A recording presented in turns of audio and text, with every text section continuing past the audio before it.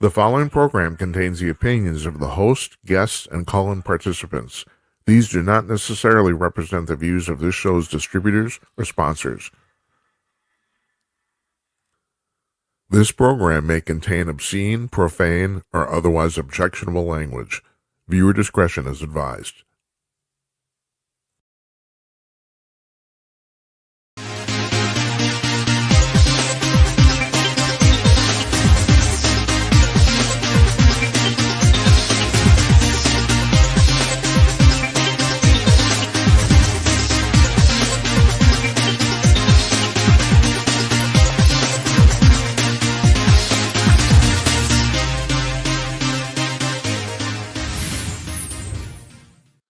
Howdy ho, everybody. Coming to you cordless. It's Tuesday night, March 24th, 2026. I am Jim Peters. Welcome to another edition of Jim Peters at Night. This is episode number 329.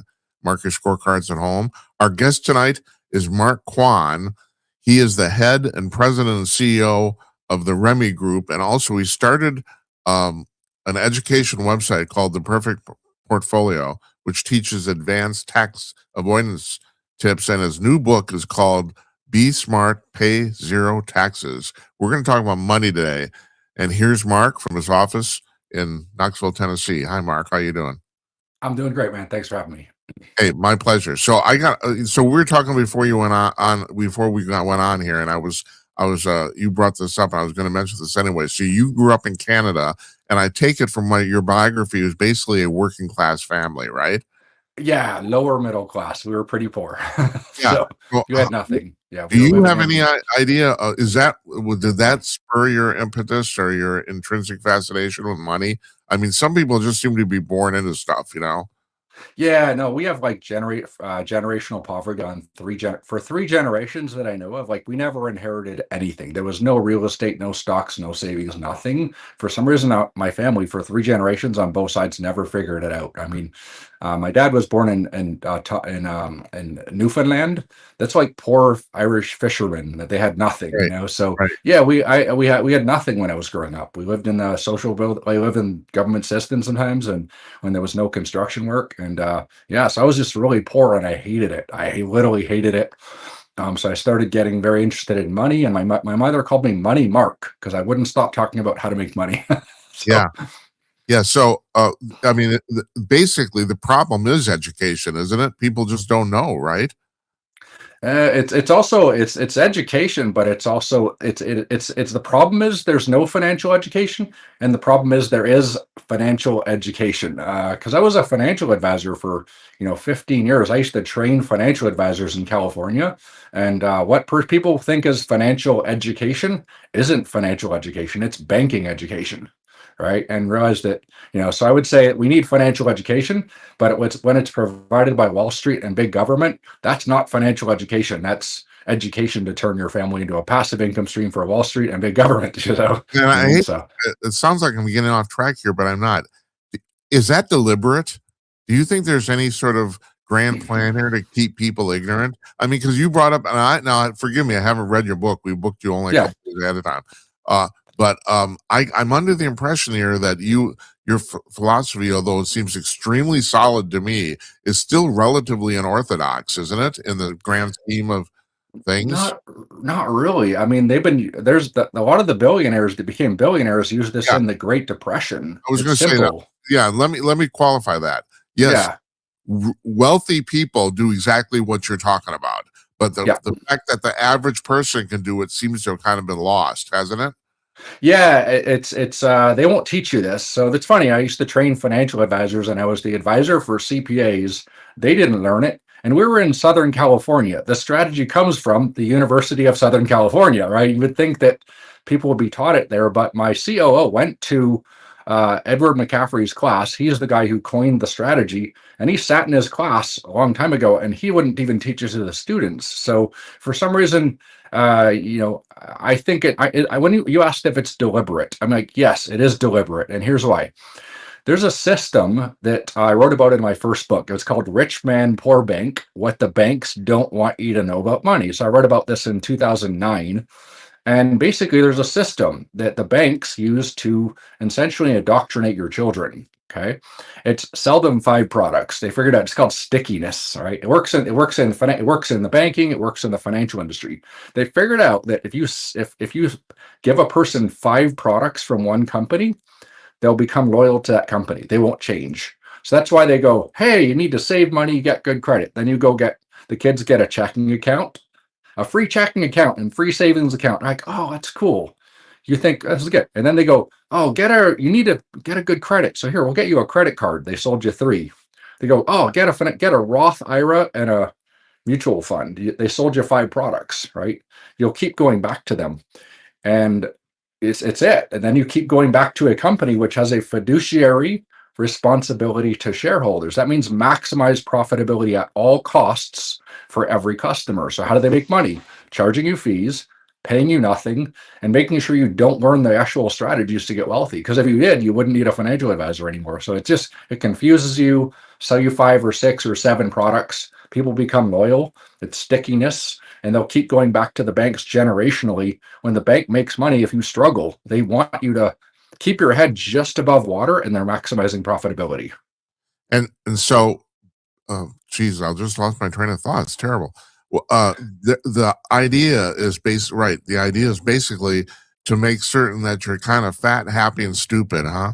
It's like, Yeah, it just you're not gonna be that fat. You're not, but you're no. fat enough. Yeah, you just keep you good enough where you think you're winning, but you're Yeah, not. You know what I mean? And right. you're not going to win, right? And the strategy is simple that I teach, and I didn't just I kind of came across this by mistake, I guess. Um, and in the financial industry, if you have a financial advisor and your net worth is under 25 million, you're going to be spoon fed all the stuff: 401k, Roth IRA, get a mutual fund, all that stuff. That's just like under 25 million. If you ever jump over the 25 million, they go, hey, all that other stuff. They go, hey, we'll set you up a stock portfolio and it'll grow. And then if you never sell, you'll never pay taxes. And then they take low interest loans secured by the portfolio because they never trigger the capital gains taxes because they don't sell, and loans aren't taxable. And they just grow those assets generation and generation. They can own a stock for 100 years in their family and they just never sell it. Right. They just keep passing it from generation to generation, never paying taxes. And they take loans. Loans aren't taxable. So you completely circumvent the US tax system, and anybody can do it. We started doing it with students who are new to investing. They put $100 in a brokerage account. We started teaching it to them about 5 years. So we've been doing this for about 5 years, teaching ordinary Americans how to do this. Yeah, and that's the thing. You're talking about people who have more than $25 million, but yeah, you can do this with $100. That's the You really can. Yeah, you got to have at least 2,000. So the market, that's not that large of a number, but yeah, we start people with $100 and we go, hey, here's how it works, and then they learn, and then they can grow. They can just buy stocks and ETFs in their phone. There's a program that manages your portfolio for free. You don't need a financial advisor for it. You just fund it forever. You never sell it. You never pay taxes. There's a borrow button. You can borrow at low interest rate with no application, no credit check. It doesn't report to your credit, and there's no required payments on the loans. so You're I like, have a that's too, friend. yeah. I have Go to ahead. tell you, I have a friend here in town. We're in Minneapolis. I have a friend. He's a CFO of a very large holding company in Washington, D.C. He makes a lot of money. He Yeah. bought a house recently in town here for well over $1 million. And Yeah. he said, well, and obviously I'm not going to name him, but Yeah, he for said, sure. Jim, so I got a quandary. He said, and I'm not in his league, but that's fine, Yeah. And Yeah. he says, I got a quandary. I can afford to pay cash for this $1 million house. I can't. Yep. I don't know if I should. And he said, there's something there, and you even, I think, address this in your book about there's the comfortableness of knowing that your house is paid off. He said, Right. he's about 70. He said, I'm probably never going to move again. It's just, and he said, and this was about 3, 4 years ago. So he said, well, I really decided after thinking about it. No, I took out a mortgage on the house and I Yep. invested the rest of the money. And he says, I'm so glad I did. He says, I'm making so much more money on the investments than I would be paying on the interest and taxes or the interest on the loan that it's not even funny, which is basically a perfect example of what you're talking about, right? Yeah, I just did a post on this morning on X or whatever. People were like, "I'm gonna pay off my home." I'm like, "Okay, so first of all, you're ignoring math and taxes and inflation. So if you ignore math, taxes, and inflation, great, pay off your home. Because when you pay off your home, you're killing your money. I mean, there's people with 3% interest mortgages and they're stuffing it up. So you're killing your money. You could be investing it somewhere else. Two, when you pay down the mortgage, you actually increase your taxes because your tax deductions go down. Right. So you're like voluntarily paying more taxes for the next 30 years or whatever, pay it off in 20 years. Um, and then you're not fighting inflation. So the house goes up with inflation. It's not like the debt disappears because you're paying it off. The house goes up with inflation. The debt disappears with inflation because it's priced in US dollar. The rich aren't paying off their homes, they're buying more real estate because that's what's making them rich. And they buy real estate with 3 to 5% down. The house that I'm in is $500,000. We bought it with 22 grand all in, right? Boom.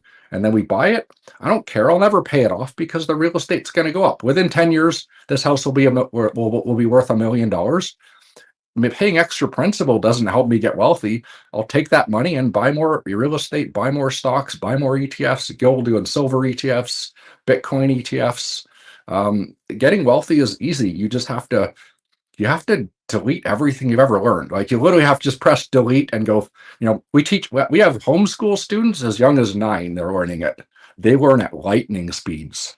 They literally get it in 2 minutes. That's all they know. We're teaching them how to think like billionaires and they're 9 years old. Our youngest student right now. My oldest student is 95, former fighter pilot, and he's just as excited. He's 95 and he's like, are you kidding me? I'm learning the buy, borrow, die strategy at 95 years old, right? He's excited. I have clients making over 100 million a year.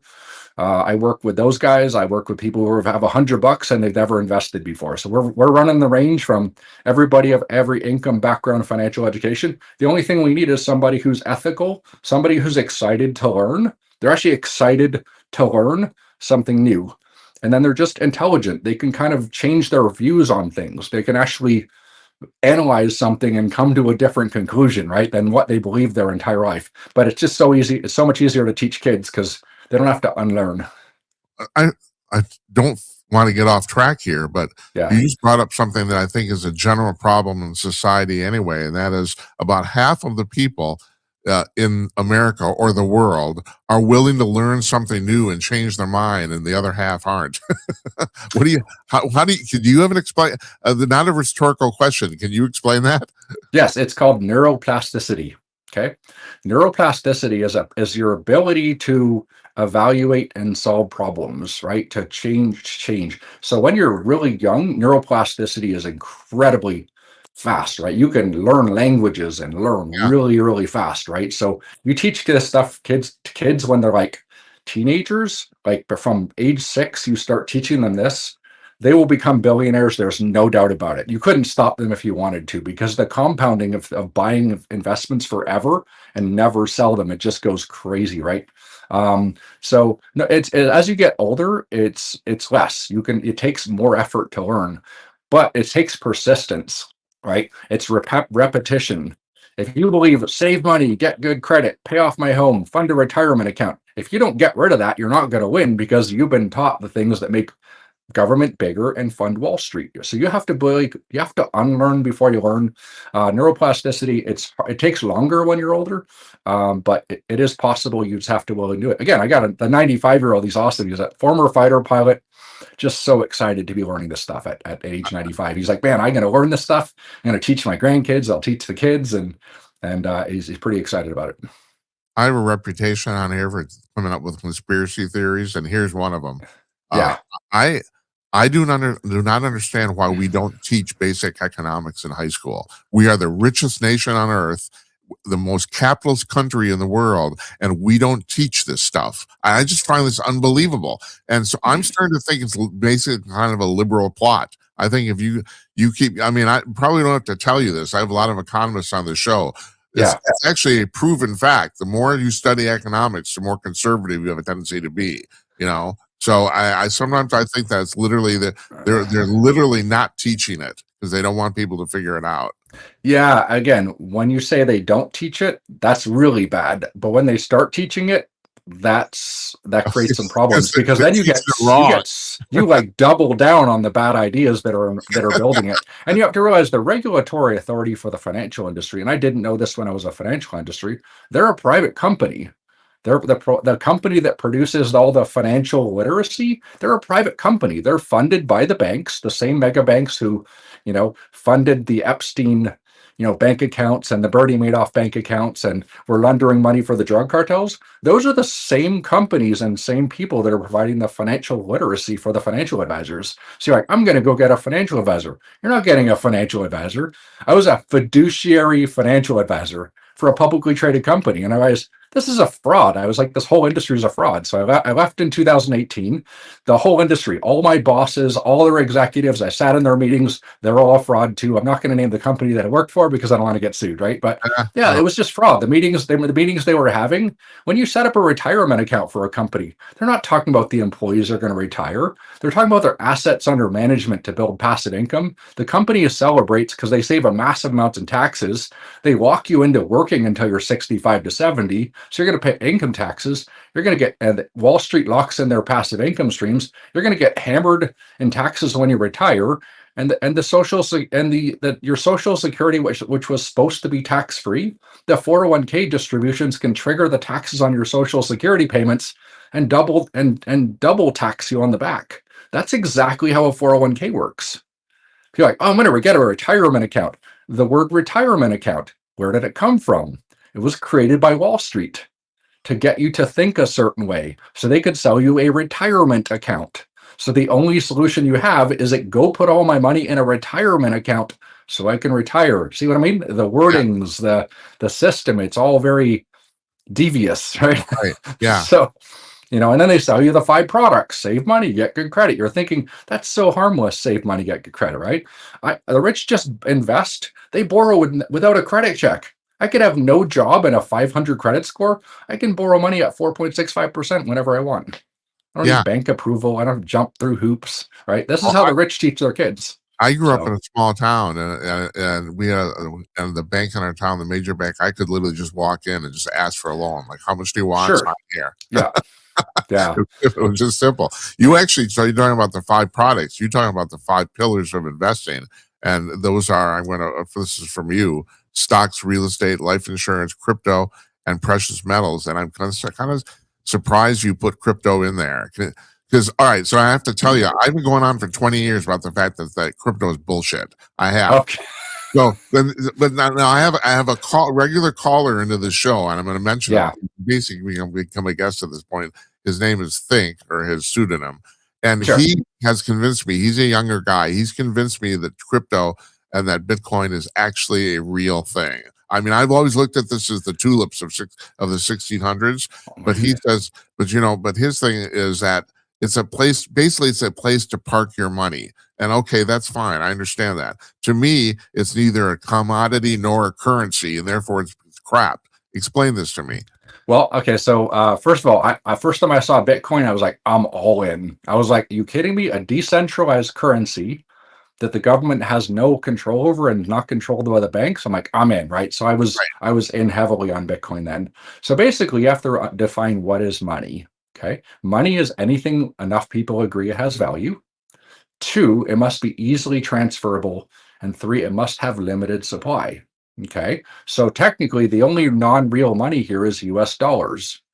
They can print as Yeah, many as they want. They can put numbers on it, and then they can create 9 more as digital I do have to entries. ask you if you're using money as a means of exchange or barter. Do you actually need a limited supply of money? Because I mean, no, we have a Federal Reserve that prints money all the time. It's decided how much to print. I mean, is that Anything with limited supply goes up in value. Anything with unlimited supply goes down in value. Period. That's it. I mean, they right? can. There's a purse that they create, and they sell it for $500,000 for a purse. Why? Because they create one, and let's say the princess of something can buy it. Now there's only one of them. Then they can buy it for 500. They could sell it for 1 million. Anything with limited supply goes up, and anything goes down. So toilet paper has more of a store of value than US dollars because toilet paper has been going up in value and dollars are going down in value. So toilet paper, limited supply. Anything with limited supply goes up. Anything with unlimited supply goes down. It's literally that simple. So Yeah, Bitcoin, But the reason that Harvard bought 118 million of this stuff is they finally got it. They're like, whoa, hundreds of millions of people believe this thing has value, so we're not going to sell it. We know we can buy it forever, and eventually it has limited supply. Even there's a halving cycle that goes in every year. Every day they have Bitcoin, it's harder and more expensive to produce. So it Yeah, even makes the scarcity even tighter, right? So right. That's right. 95% of it's People don't realize this. There is a limited finite supply to Bitcoin at some point. 21 million. Yeah, and 95% already exist, right? So Uh-huh, not, right. there's 5% of the Bitcoin which will be created, and that's it. So whoever Yeah. buys it up, that's it. And it has limited supply and it can be easily transferred. I bought something from another country for my sister the other day. She was going to pay the banks $135 for an international bank wire. I sent Bitcoin. It cost 56 cents. Right. I could do it at 2 o'clock in the morning, 56 cents. I can send it there and purchase a product around the world. No banking, no government service, no government to get in my way. You know what I mean? And So that is, you're right. it's That is the very attractive thing about it. The government isn't involved. absolutely. And it's also, you have to realize that, in other countries like Venezuela or countries that are losing the value of their money, the only thing they can do is buy crypto. Because here's why. The stable coins are US dollar, right? So if you get your paycheck and it's losing money every second, you got to put it in stable coins in your phone. That's priced in US dollars. So yes, you get wealthy because your currency is going down. The US dollar is holding value. So in other countries, it's pulling people out of poverty because they can go get an iPhone, they can get a phone, they can open a wallet, they can buy stable coins, which are priced to the US dollar. They actually get wealthy just by getting out of their own currencies. If they buy Bitcoin and the US dollar, they're doing it. So it's an amazingly cool thing. I mean, Bitcoin is the future of money, right? The only thing that's not the future of money is these things called Federal Reserve notes, because that hasn't been real money since 1971. Yeah. Well, that's basically a Ponzi scheme, isn't it? It is a Ponzi scheme. Yeah, absolutely. 100%. So everything has a start and end. See, with money printing, Did we lose you? Hold on. the people in the early Keep talking, Mark. We can hear you. No, we can't. Oh, shit. Al Gore didn't do a good enough job inventing this interweb thing. so basically the All right. You're going to have to start over. Sorry. now. So the people in the early stages of money printing love it because the government prints money, man. Everybody starts getting wealthy, right? They just printing it. There are more government workers, more jobs, right? And then there's more jobs, and then the people start companies, and it's great. So the people in the early stages of money printing, they get wealthy. They love it.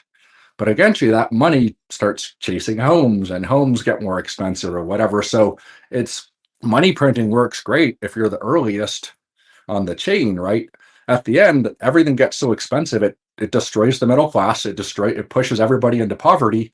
And the people that use the strategies that I use, they get super wealthy because we get to our real estate goes up as our dollar disappears. If I don't pay off my home, all my real estate, I never try and pay it off, and I just buy more. If the dollar crashes, all my debt disappears Yeah. Well, I because it's mean, priced in U.S. one dollar. of the primary things of your philosophy here, which I totally agree with, and I think is that you never sell an asset ever. I mean, Never sell an asset. No, you imagine stocks that your grandfather had or something like that in the Great Depression, and he held all those shares and he kept buying them his entire life, and you inherited it. You know what I mean? Or your father had inherited it and then he passed it to you. The wealth that they build is unstoppable because if you never sell assets, you keep buying forever, and then you borrow from another asset to buy the other asset. It's just you get wealthy. As in Bitcoin, gold, silver, commodities, real estate, anything with limited supply. It's so that the other thing simple. I want to ask you about regarding the crypto thing is, can you explain ETFs to us? Because I kind of Oh, been. ETFs are simple. Think of it as a box or a cup. First of all, what does You that can stand for? ETF. exchange traded fund. Okay, very good. Yeah, it's just think of it like a bucket. I could put Bitcoin, gold, silver inside this bucket, and I can hold all three inside of it. And they can actually trade it. They could literally get Bitcoin, gold, and silver inside. If they're trading in here, there's no taxes. So you just hold the ETF. You never sell it. They may trade in it, but there's no taxes inside of it and you just buy it, never sell it. So there's There's all kinds of things. There's one that's Bitcoin and gold. It's 100% exposure to Bitcoin, 100% to gold. And then if one goes up, they sell it and buy the other, and then the other goes down, they sell it. And that's how you using Bitcoin and gold. You can do what's called a covered call. It's a complex options trade where they trade options and generate, let's say, a 14% annual dividend. You just buy the ETF. They do all the work for you. You do nothing, and it kicks off a 14% annual dividend. And it's You an know, ETF. You just buy it. What's I'm that? not kidding. I'm going to buy your book. This Yeah, is totally. I also interviewed all the fund managers on my YouTube channel. Like I know all the fund managers that build all the coolest innovative funds. I've got them on our YouTube channel. At P2 Wealth is our YouTube channel. The Perfect Portfolio, tons of content there. I've got 4 books on this. I got tons of YouTube videos. let's But put no, your you can retire fairly quick, right? If you know what you're doing. put your book on the screen here. I know you have it behind you, but here it is, Yeah. the latest one. And then it was what was it? Oh Jesus, hold on a second. Get Rich Go Bank, was it? What was it Oh, called? Rich Man, Poor Bank was about Rich the Man banking Poor industry. Bank. That was my first one. And then I wrote Top 10 Ways to Avoid Taxes. But if you go Be Smart, Pay Zero Taxes, that's the one with it summarizes all four books. All 4 books sort of come together. And then this buy, borrow, die strategy is it's how families get super wealthy. And there's strategies in the book that can't be off that aren't in the book that can be offered to accredited investors. So if somebody has a net worth of over $1 million, man, there's even more powerful strategies which I use. But again, we can't really mention them in the book. But they're very well, the strategies in the book can make anybody wealthy. Yeah, It's the fascinating thing is, like you said, if you have at least $2,000, you can do this. That's the Yeah, you real. could put $2,000 and if they're trading options, you're making money when you're not working. When you're doing nothing, you're making money. If you just So keep buying it, you just keep making more money every day. If you reinvest the dividends, it's buying 14% more, even if you don't buy it yourself. you've alluded to this during this conversation. That I'm going to bring up this up explicitly about the fact that there's a lot of people since the Civil War, a lot of families, 6, 7 generations that are still broke. And a lot of people will attribute this to racism. And I always said, no, it's a socioeconomic problem. It actually has nothing to do with the race per se. That might have Right. started, but that's not the reason it's going on now. And so Yeah. now you have, like you said, you have roughly half families that have figured this out, or someone in the families figured this out. And then you have families that don't figure it out. So, and I guess I don't know. I don't have a question here. It's terrible because I'm a terrible. I don't know. I just market. Some people see it, some people don't. Some people are like, Dave Ramsey is not right. I hate to say it. Dave Ramsey is a great guy. If somebody can't control their habits, they can't keep themselves from off their credit cards, they just keep doing it, they need Dave Ramsey. For people that actually want to dig in a little bit and read a book and you have to spend 100 hours on this. You have to unlearn. If you Yeah, didn't know anything, you can learn it instantly, but you have to you, unlearn. So you brought something up I don't have here. the solution. And on the racism thing, guess what? Money doesn't discriminate. It No, doesn't care. You either understand money or you don't. So that's anybody right. can get rich in the United States. In Right. fact, I'll go with this. Yeah. This is the easiest time ever to get wealthy ever in the history of humanity. Here, inflation makes you wealthy. Why? Because anybody can, if as long as you can earn income, you can invest it in your iPhone and generate income when you're not working. Okay, as though that account grows, you can press a button and buy more and create more income, and it's never taxed. You just created money by doing nothing. Anybody can just follow that path and get financially free. And if you have any questions, bring out AI and ask them.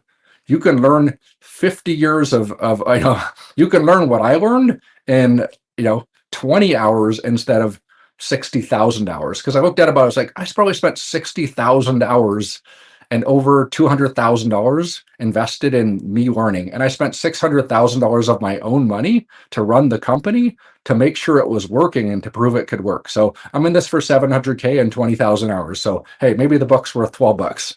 Yeah. It's on Amazon, $12 Well, on Amazon. Like, you come know, on. I'm not trying to hep you up here, but it's really true. You spend $12 on a book, it's well worth the trouble. I mean, not just what you're doing, but when anybody in nonfiction, the amount of time that's plowed into a book is ridiculous. Most people don't realize that.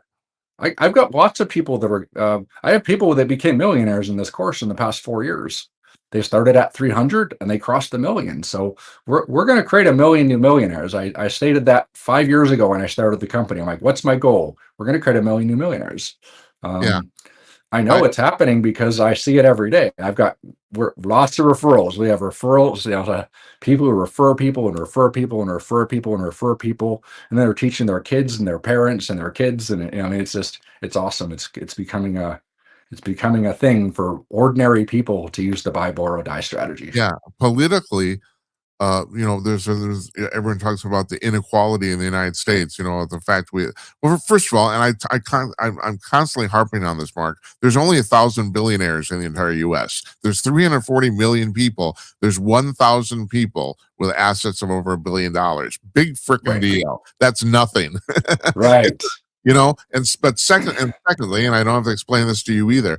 The thing about capitalism is that it's not a fixed pie of money. Just because someone else has more doesn't mean someone else has less. That's the other thing Right. that people don't understand too. And so, and then on top of that, if you're talking about inequality, and people say, well, the problem is there's a whole bunch of people getting poorer. And I said, no, that's not what's going on here. And you just alluded to this.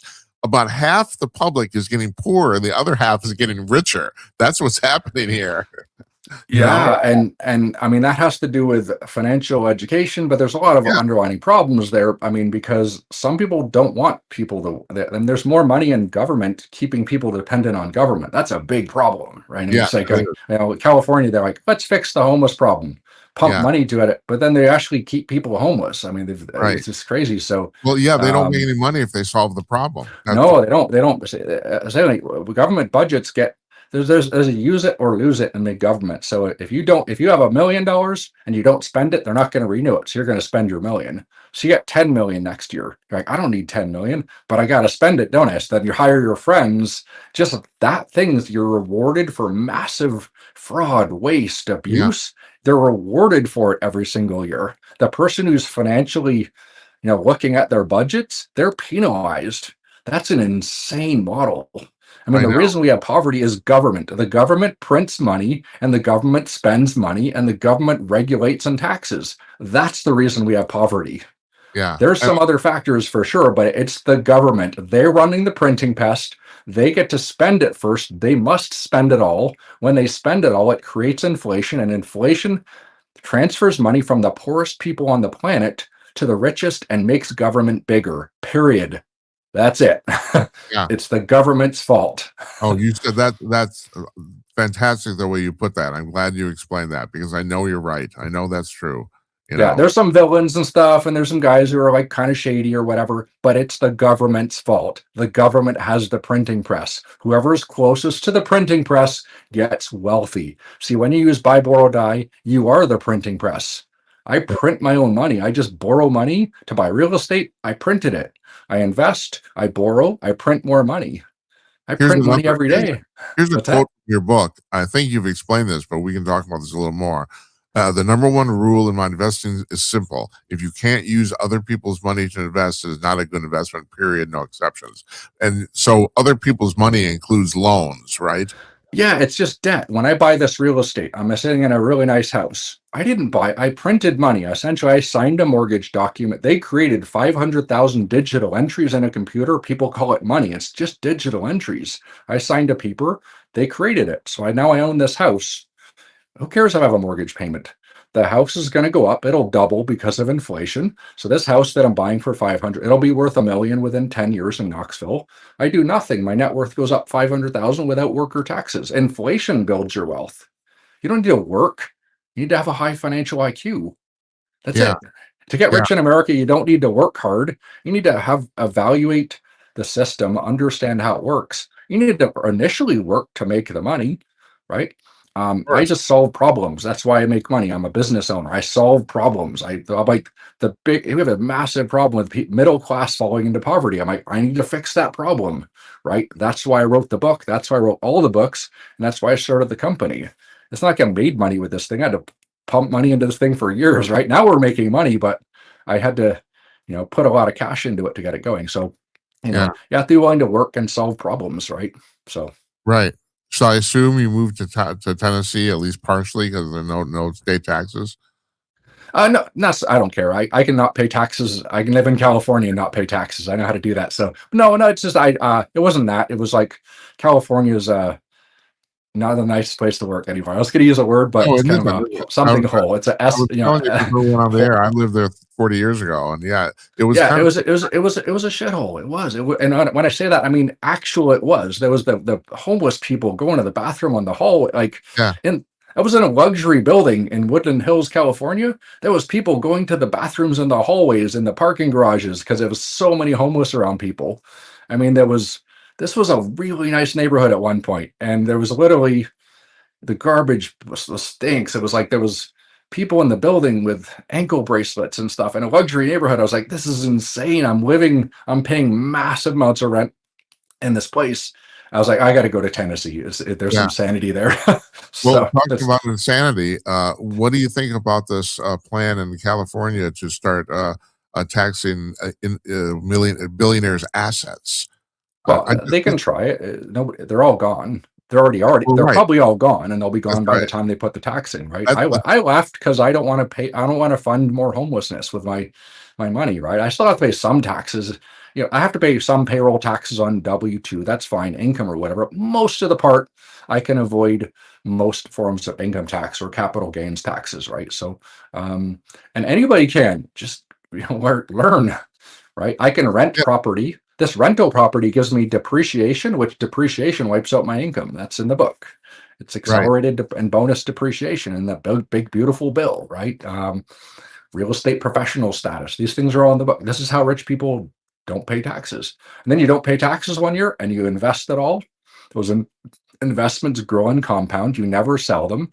As they grow bigger, you borrow from them to buy more assets. Those assets grow and it just compounds, right? It sounds like I'm going to be kissing your ass here, and I'm not. Uh, you have done a true service for the American public because people need to realize you're right that the almost all the tricks that really wealthy people use can be used by the average person, and most people don't know that. And I would like to thank you. Serious. You're not paying me here or anything. We're just Yeah, that you shooting spent the shit, right? So just you hey, spent yeah, 20 years of your life developing this. Because it's people need to know this stuff.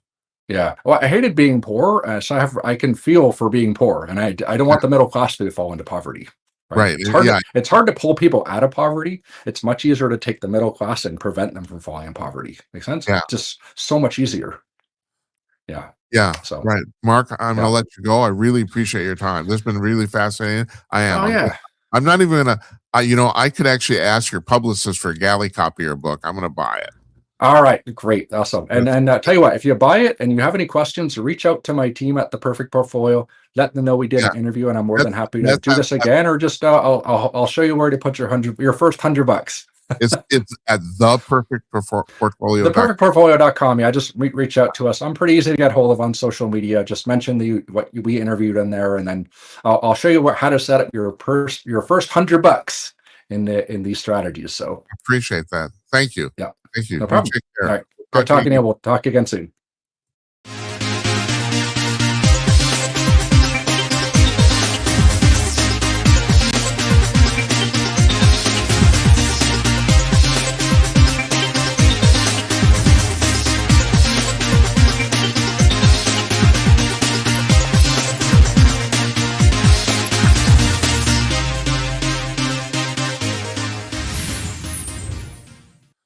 Our thanks to Mark Quan there.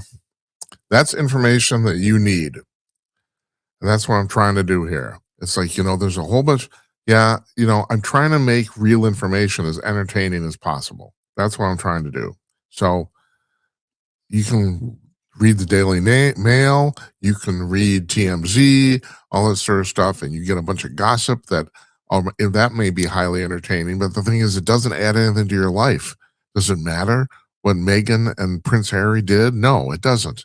Does it matter that The Bachelorette got canceled? Only in the terms of the larger thing of media and TV in general. But no, it doesn't. It doesn't matter. Now I understand. You're due for your entertainment. I understand. But still, this is I'm trying. No one talks about this stuff. Shit. I don't know. It really, I was talking to Mark there. I've almost concluded that the lack of teaching economics in high school in America is a liberal plot. That it's almost a conspiracy theory. I've almost concluded that. Seriously, the single most capitalist and richest country in the world doesn't teach their citizens even basic economics. It's like during the Biden administration, So we're gonna uh, uh oh we're gonna pass this giant bill that's gonna flood all this money into the economy. Well, yeah, you're gonna make money worthless. I mean, any jerk, any first year freshman economics student could have told you that was going to cause inflation. And everybody did. Everybody said it. I did too. This is going to cause inflation. And it did. And then they said, oh, it's only transitory. No, it wasn't transitory. You put a bunch of worthless money into the market. It's like, so that's just one little example, you know. But the vast majority of the public, they didn't have a clue about what happened. All they knew is that prices went up. That's all they know. And this is the same thing's going to happen here. Now the Republicans have a little bit of a quandary here because their prices don't go down by the midterm elections by October. If they don't go down, the Republicans are screwed. Right now, I actually think this. I'm making my prediction. I reserve the right to change it until the night before the election, but I think that right now the Republicans will end up keeping their razor thin majorities in both the Senate and the House. I think it's going to come out almost identical. That's what I think. Now, it's not going to be obviously, there's different people are going to win and lose races. I'm talking about the actual numbers. I think it will be almost identical. And even if the Democrats do win the House, they will also win by razor thin majority. Same thing that the Republicans have now. But that's my prediction. But that's kind of beside the point. So I thought we go on, in the theme of economics here and minding your money. Let's go to Cuba, which is going down the tubes.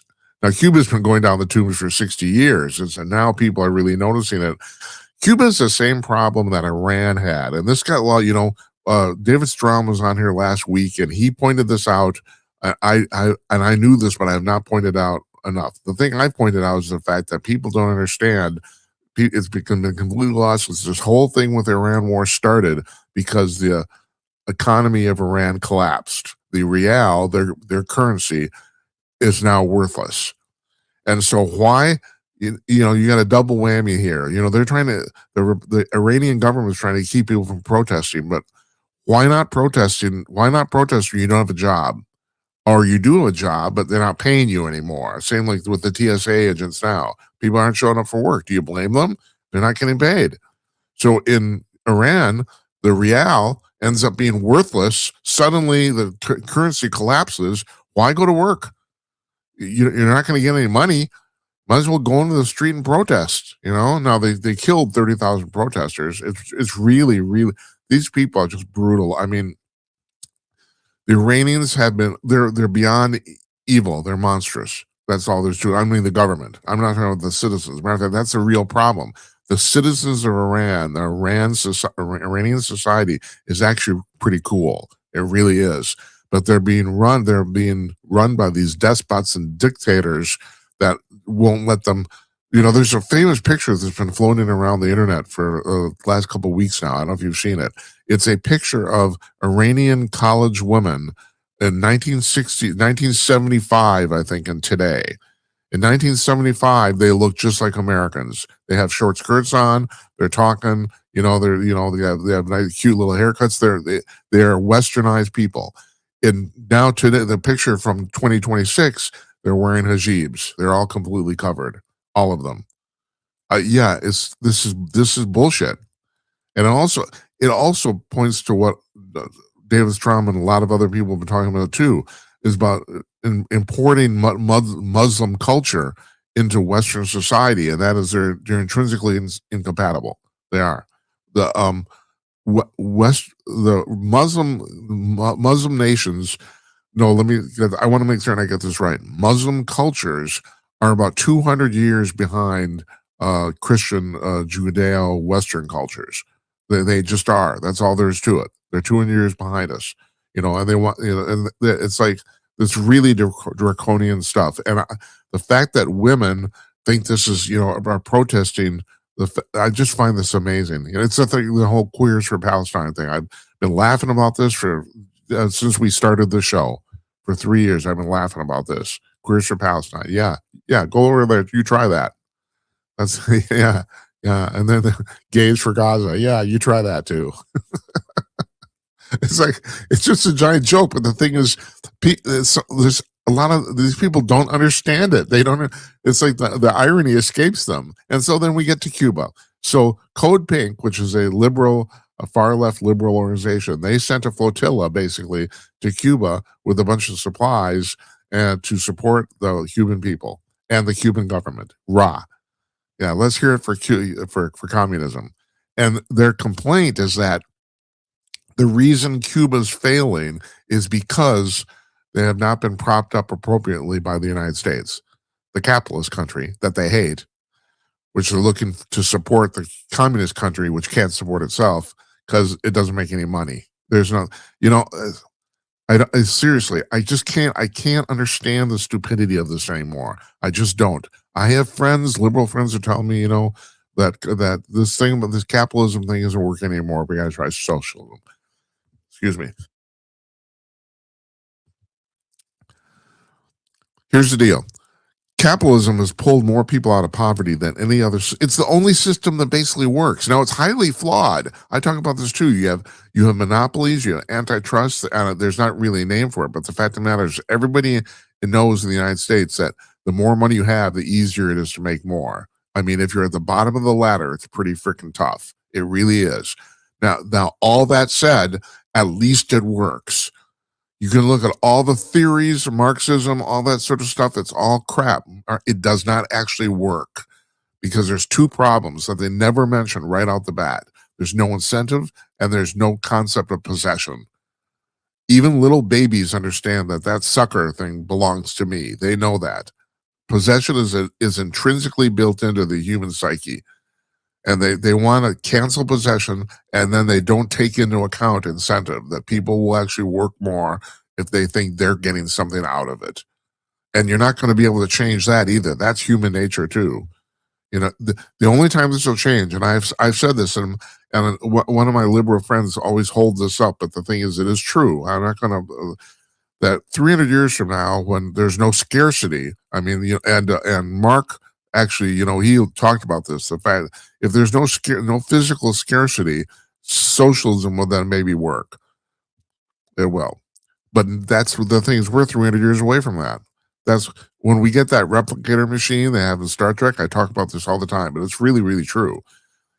Which can basically replicate physical objects the same way you could replicate a music file on your computer. It's basically it's a perfect copy, and it costs you nothing. At that point there will be no scarcity in society, and that is going to happen. We will figure that out. That's not where they're already figuring that out. I mean, we just now started making alloys now that are arranged on an atomic level. So I mean, this is where that's going to happen.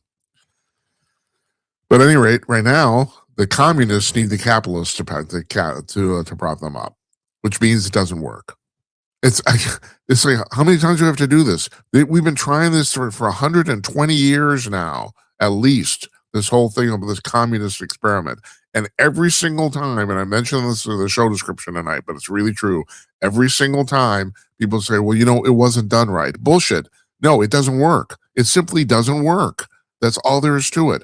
So the Iranians, they had problems with, and the other thing, I never mentioned this, the thing that David Strom brought up about the Iran situation is they're out of water. I mean, this is the thing. The Iranian as a government, their infrastructure just sucks. It sucks. These people can't do anything, which was, it did not surprise me that we went in there militarily and cleaned their clock. They didn't. They're all talk and no action. They haven't actually done anything in years. So the whole country was literally running out of water. And it's not that they don't have any, they just can't get it to the places it needs to be. That's the problem. So you have Tehran, which is a city of, I think, about 5 or 6 million people. It's pretty large. There's 93 million people that live in Iran. It's twice the size of California. So they're running out of water. They don't have any water. In Cuba, they're running out of electricity, or they basically ran out of it. They're out. They're done. They can't seem to fund. So the cold pink people go over there. They take a chartered flight.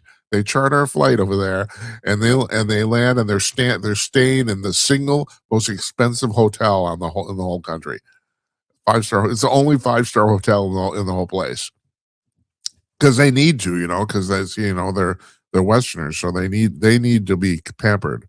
And then their rap group gives a concert, and the Cuban government actually arranges for just enough electricity to be in that hall during the concert. And when the concert's done, the electricity basically cuts out. And what a reporter noticed, that they didn't seem to notice, the people in the Code Pink contingent didn't seem to notice that the only single lights on in the entire Havana were in their hotel. If you looked out of their hotel, you saw nothing, because there was no electricity at all. And why? Because communism doesn't generate any money. That's why. The term people like to use is wealth. I don't like to use that term, because that it implies, like, the guaranteed affluence. But I'm not. No. So what people mean by wealth, or when I'm talking about money, is that capitalism actually generates money. It actually the whole system actually generates money, which is the reason America keeps getting richer and richer and richer, and all the countries that are emulating us, same thing. Well, Europe's having a problem because they're turning their back on capitalism, and they're getting fucked in the ass. Let me just say that, just point blank. Like, Strom was talking about the fact, the Germans, they were generating all this electricity by nuclear power, which is clean. I want to point that out. The nuclear power is a clean energy. There's no fossil fuel of pollution. People say CO2, but CO2 is pollution. I don't want to get into that. So they destroyed them. They literally wrecked them. They blew them up, and now they don't have any power. Geez, I wonder how that happened. I just don't. We have entered an age here, and we entered it about with the election of Trump. Although I think we were teetering on it even before he was elected, of literally some sort of mind virus stupidity that's inflicted the planet. I don't understand why everyone is so goddamn stupid. So here in Minneapolis, Bruce Springsteen has announced they're doing another No Kings protest. This one's going to be inside. It's going to be at the Minneapolis. No, it's at the St. Paul Convention Center, what's called River Place there. Because the reason I remember this is for this following fact. Bruce Springsteen is going to perform, and he said, it's a dark day in America, because we're losing our right, we're losing our freedom, and we're losing our rights. How?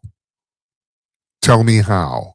This is the thing that bothers me about these liberals all the time, and that is they never actually can tell you why this stuff.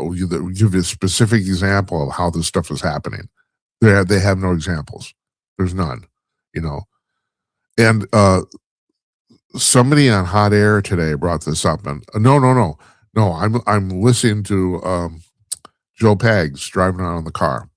I'm listening to Joe Pags, and he said, and I've been talking about this too, but I'm glad he brought it up, because not only people are bringing this up about the fact that in terms of the stuff with the stalemate with the ICE funding and the TSA funding and all this stuff, the Democrats consistently act like they're in the majority, and they aren't. Not only not only in the election itself, but even all the polling, even virtually all the polling for every single issue, they're underwater. It's unbelievable. So even at the height of all the ICE stuff that was going on in Minneapolis and the 2 people that got killed, even at the height of that, there was still a majority of people. It wasn't big, but it was a majority who still wanted all. Americans are really, really. My God, I'm really talking, aren't I? Americans are really, really,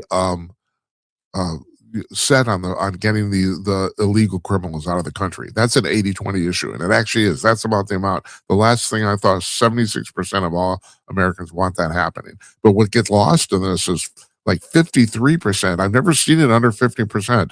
50 to 55% of Americans want all illegal aliens deported, all of them, and it has not budged. It hasn't changed. Which is the reason I made my prediction, because I think when all is said and done, I think that the Democrats will end up getting blamed for this shutdown. You wouldn't get that impression listening to the press, but I think they actually will. It'll be a small percentage, but I think that's what's going to happen. And I hope that the Republicans don't cave, but Republicans are fantastic at caving. You know, it's like yes, I'm a conservative, and I'll be honest, I'm getting more conservative with every passing day. But am I a Republican? No, because most of the Democrats may be full of crap, but at least half the Republicans are too. So, Jesus, what do we do? I don't know, man. I can go on. I'll leave you with a couple of things here. Oh, by the way, we used to call this segment the snooze news. I've renamed it again. I'm calling it footnotes now. I'm sorry. This is the third time I've renamed it in a month. I know. It's like I understand, but yeah, we're gonna call it footnotes from now on, because it's not. I don't know. I just didn't sit right with me. It just didn't. But here's a couple more things. This is the 65th anniversary. On March 24th, 1961, NASA launched its Mercury Redstone rocket on an unmanned test, and that basically started the space age in the United States 65 years ago today. Now, there's kind of a caveat to this. Before that launch, the first real launch into space was of Ham the chimpanzee, and that happened before that. And Ham did come back alive. He lived through it. And they used a Mercury capsule for that, but they had some significant problems. So they basically had to retool it. So this unmanned launch, that was actually the second launch, is considered the benchmark of when the space age started. That was 65 years ago today. And NASA announced today, too, that they're developing the Skyfall launch system to go to Mars. Now, the really interesting thing about this is going to be a spacecraft that's going to release 6 little helicopters into the Martian atmosphere, and they're going to fly around with cameras and sensors and all this sort of stuff and do a bunch of scientific stuff. But the real interesting thing about this vehicle is that it's going to be nuclear powered. Now, this is not.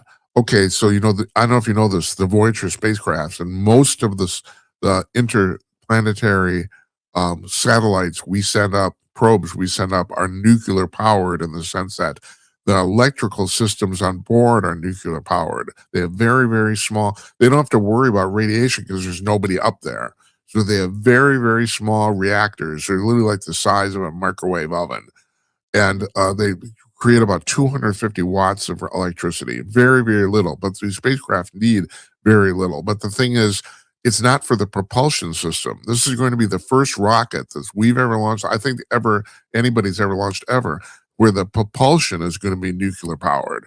And I don't understand how they call it highly efficient electrical propulsion, which I gotta admit, I don't know what that is. I don't know how that works. But the reactor on board is going to power nuclear or electrical thrusters. I don't know what electrical thrusters are, but anyway, that's how it's getting to Mars. So this is the first time we're ever going to try this. The Pioneer spacecraft, you don't have to understand this. I think it was launched like 51 or 52 years ago. Both 1 and 2 are both running. 52 years later, they're still sending data back to Earth, because they use these small, very efficient little nuclear reactors to generate electricity, and they use very little electricity. And I have to say, these spacecraft were designed, the people who designed them really put a lot of thought in this. They were designed so that you could, as time went on, and the nuclear fuel in these little reactors started to be spent, they designed the spacecraft so you could shut off systems one at a time. So now they're flying with less than half of their original systems running, but they're still sending back data. It's really amazing. I think it's at Voyager 2 that actually left, not only that completely left the solar system, if I'm right. I don't think the other one did, but it's out. It's the only human object out in interstellar space. It's out there. And finally, I want to give you an update on something we talked about yesterday. The fact that these 5 scientists have gone either missing or dead in the last few months. And the most prominent one was General William McCaslin, who left his home in Arizona on what day was it? It was, I think, March 11th, and hasn't been seen since. Well, Ross Coulthart from News Nation, he pointed this out, and he confirmed it too, because if you got the impression that the press was saying, well, it appears you went for a hike, and Coulthart found out, which I kind of starting to suspect, and that is there's no record of him leaving the house. In other words, his wife left him. She went shopping around 11 o'clock that day. And when she came back around noon, he was gone. But they've scoured all the ring cameras in the neighborhood, all the outdoor cameras. He lived in a pretty wild, wild area, whatever, And the hiking trails were outside his house. And he went hiking regularly, and it was just kind of assumed he went on a hike, but there's no record of him leaving. They found no cameras of him walking around the neighborhood. Of him, there's cameras on some of those trails. They've checked them all. There's no record of him leaving the house, let alone being on any trail. And so this Monica Riza woman, she went missing June 22nd, 2025, in the Angeles National Forest, where she went hiking on the popular Mount Waterman Trail with 2 other people who apparently were ahead of her on the trail. They're walking, and she was only 30 feet behind them, and apparently talking and laughing. And all of a sudden, they turned around and she wasn't there. She was gone. And she didn't fall into a crevice. They checked all that. It's like, it is really, really weird shit. Really weird shit. And these 2 people are very closely related. This Riza woman, she invented a new type of alloy that is used in military spacecraft and aircraft. And McCaslin was a general who actually picked up on her invention and then started to include it into military technology. They were kind of, for a while in their professional careers, joined at the hip. And the fact that they both went missing under really, really weird circumstances is people are starting to wonder. Of the other 3 scientists, 2 of them were assassinated in their house. One of them, they don't even know who did it. They caught the one guy, and who had a tie to the scientist. This was, I think, a guy at Harvard, if I'm right, who was working on nuclear fusion, and that was a disgruntled former classmate of his. So that guy had a personal motive. The other guy, they haven't figured out who shot him. Actually shot him on his, the guy went outside on his front porch on his house and got shot. It's just this is really crazy crap about what's going on here. And even McCaslin's wife has acknowledged the fact that he has ties to the UFO community. She's even publicly said that. She said that he had something to do with UFO research for a short period of time during his career. And people are saying it's actually, rumors are that's way longer than that, but those are just rumors. I'm having a woman coming on the show next Monday named Lisa Broderick, and she's going to, believe it or not, she's going to talk about time travel. But she was a little concerned when I asked her on the show. She was a little concerned. She said, you do a lot of speculation on your show. And I said, yes, I do. But I always point out that it's speculation. I want you guys, you folks understand this, right? That when I talk about rumors and stuff, they are rumors. When I talk about speculative technology, it's speculation. It's like, but I don't think I have to point that out. The only thing, and this is true, the only thing I'm really certain of is that extraterrestrials are coming to Earth. Now, where they're from, how they get here, I have no idea. I have some guesses, but I have no idea. But the fact that they're coming here, the evidence is absolutely overwhelming. So so I'm people who aren't involved in this say, well, there's no evidence. That's bullshit. That's complete bullshit. So and that's the reason that's evidence based for me too. Any rate, she's coming on. We're going to talk about time travel on Monday.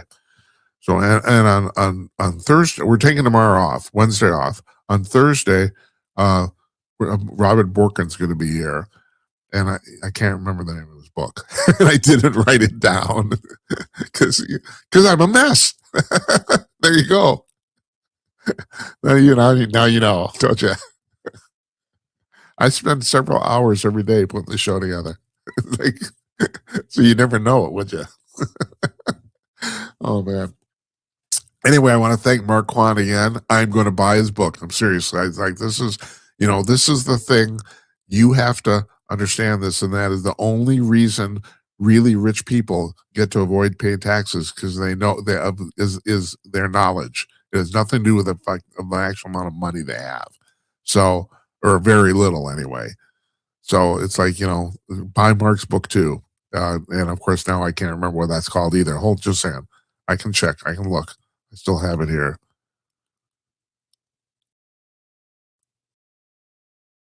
It's called the Smart Pay Zero Taxes. That's what it's called.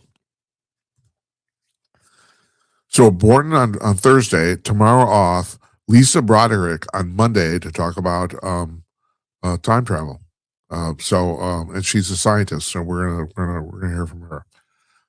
And I think we got most of the next week already filled up too. I can't remember that on my head.